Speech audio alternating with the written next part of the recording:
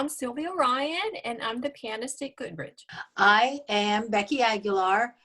I share the mystery box with the children and the congregation every Sunday morning, and I am the coordinator for the Monday morning prayer group, which has now changed with COVID. But today we're going to talk about what it means to be a Lukan. One thing about the sermon that really struck me was, and it's spot on for me, was how Lukans care for everyone in the church, but they want those relationships to all be positive, and they feel empathy for everyone and don't want anyone to get their feelings hurt. I totally agree, and I've been reading the book, and also that was what struck me with the sermon. Yes, so I'm in, naturally choir, which is a small group of its own, and I'm in Sunday school, and I definitely feel relationships are very important to me in the church, and I certainly don't like it if there, are problems or tensions in those groups.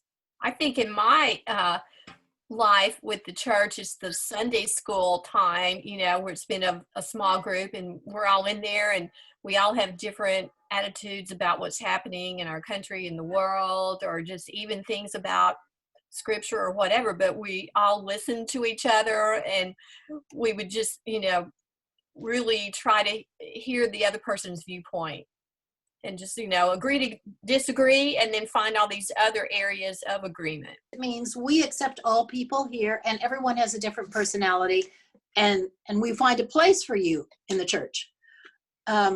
So in the Monday morning prayer group, which used to meet all together combined, and now we're praying from our homes, we spoke quite honestly with each other there. But if we had a problem come up, we all agreed to pray about it. And so we would take turns praying aloud for each other.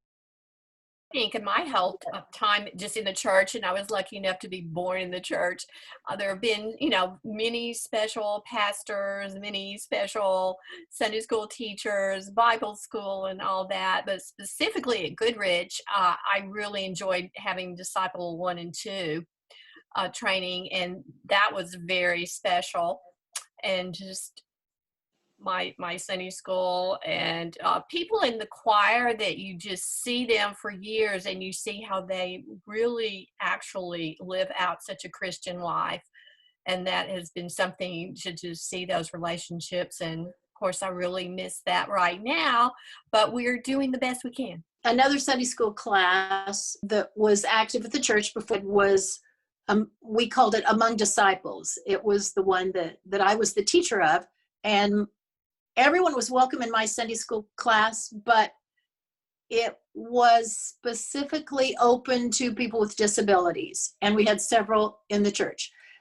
And to learn, like Sylvia said, they learned with Pam, but to learn you can learn so much from everyone, but to learn from these people how hard they work to go out of their way to be at church, to live a Christian life, even though they may be in pain, in distress, dealing with a lot of issues that a lot of people don't have to deal with.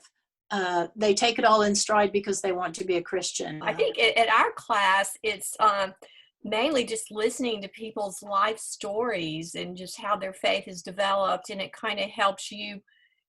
There's always ups and downs along the way, but it gives you strength just to know what other people have learned along the way and what they're doing right now, and just to support them in their walk, and then they support you, and it's pretty cool. Mm-hmm. Well, and I've always just thought, wouldn't it have been cool to be, you think about Jesus going around with his friends all day.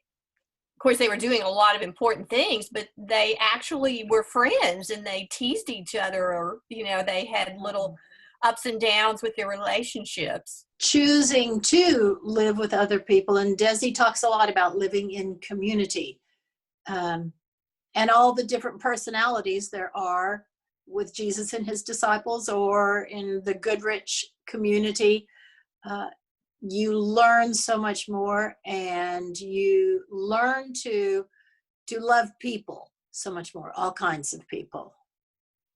It's been amazing, at Goodrich, my mom had come to live with me after my dad died, and she was having early dementia, but then we found out she had a very uh, severe dementia that was caused by this rare disease called PSP.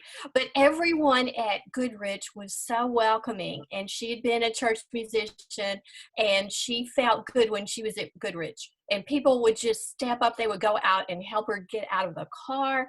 They would help her do anything, and they would welcome her. There was a lady in church that had just planted a big kiss on mom's cheek while she was sitting there in the alto section, and it helped her have a pretty good place in life for a few years while all that was happening.